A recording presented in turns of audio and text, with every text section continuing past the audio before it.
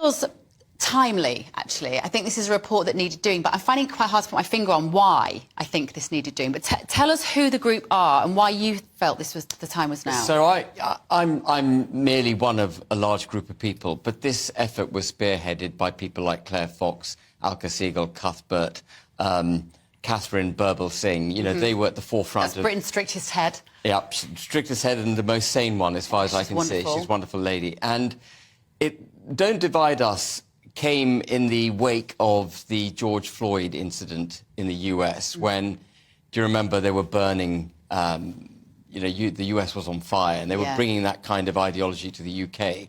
But white privilege, which is essentially at the core of what Don't Divide Us stands against, is a theory that goes back quite a long way. It goes back to the 1970s, except it never really got traction until, in my mind, relatively recently. It's probably been gaining traction slowly in the background.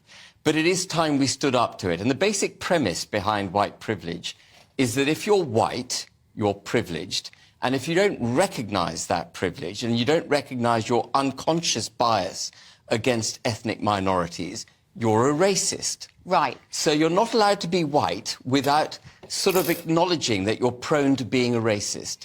But you wouldn't argue in this country that in terms of poverty and educational attainment, and funny enough, it comes down to another couple of topics we're going to talk about later, that statistically, of course, white people earn more, do better, are more likely to be privately educated, or not? Yeah, but there are also, a preponderance of the population is white. You know, last time I looked, I think it was about 85% of the population is white. And what you don't do in life, and Zubi and I both, I'm